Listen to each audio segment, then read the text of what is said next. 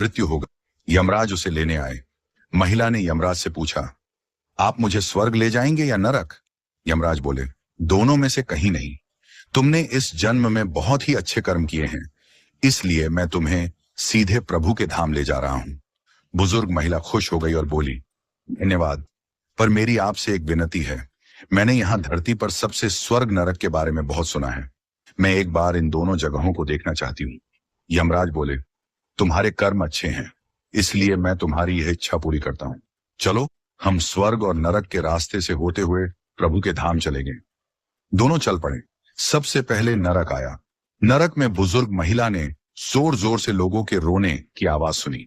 नरक में सभी लोग दुबले पतले और बीमार दिखाई दे रहे थे। महिला ने एक आदमी से पूछा, यहां आप सब लोगों की ऐसी हालत क्यों है? आदमी बोला, तो और कैसी हालत होगी? मरने के बाद जब से यहां आए हैं हमने एक दिन भी खाना नहीं खाया। भूख से हमारी आत्माएं तड़प रही हैं।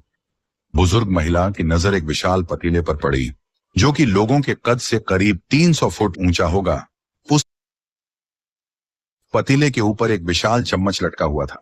उस पतीले में से बहुत ही शानदार खुशबू आ रही थी। बुजुर्ग महिला ने उस आदमी से पूछा, इस पतीले में क्या है? आदमी मायूस होकर बोला, ये पतीला बहुत ही स्वादिष्ट खीर से हर समय भरा रहता है। बुजुर्ग महिला ने हैरानी से पूछा, इसमें खीर है, तो आप लोग पेट भर के ये खीर खाते क्यों नहीं? भूख से क्यों तड़प रही हैं?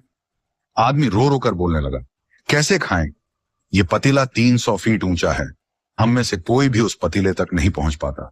बुजुर्ग महिला को उन पर तरस आ गया और सोचने लगी, बेचारे, खीर का पतीला होते हुए भी भूख से बेहाल, शायद ईश्वर ने इन्हें ये ही दंड दिया होगा। यमराज बुजुर्ग महिला से बोले। दोनों चल पड़े। कुछ दूर चलने पर स्वर्ग आया। वहां पर बुजुर्ग महिला को सबकी हंसने खिलखिलाने की आवाज सुनाई दी। सब लोग बहुत खुश दिखाई दे रहे थे। उनको खुश देखकर बुजुर्ग महिला भी बहुत खुश हो गई। पर वहां स्वर्ग में भी बुजुर्ग महिला की नजर वैसे ही 300 फुट ऊंचे पतीले पर पड़ी जैसा नरक में था। उसके ऊपर भी वैसा ही चम्मच लटका हुआ था। बुजुर्ग महिला ने वहां लोगों से पूछा, इस पतीले में क्या है? स्वर्ग के लोग बोले, इसमें बहुत स्वादिष्ट खीर है। बुजुर्ग महिला हैरान हो गई। उनसे बोली, पर यह पतीला तो 300 फीट ऊंचा है, आप लोग तो इस तक पहुंच ही नहीं पाते होंगे। उस हिसाब से तो आप लोगों को खाना मिलता ही नहीं होगा। आप लोग भूख से बेहाल होंगे। पर मुझे तो आप सभी इतने खुश लग रहे हो, ऐसे कैसे?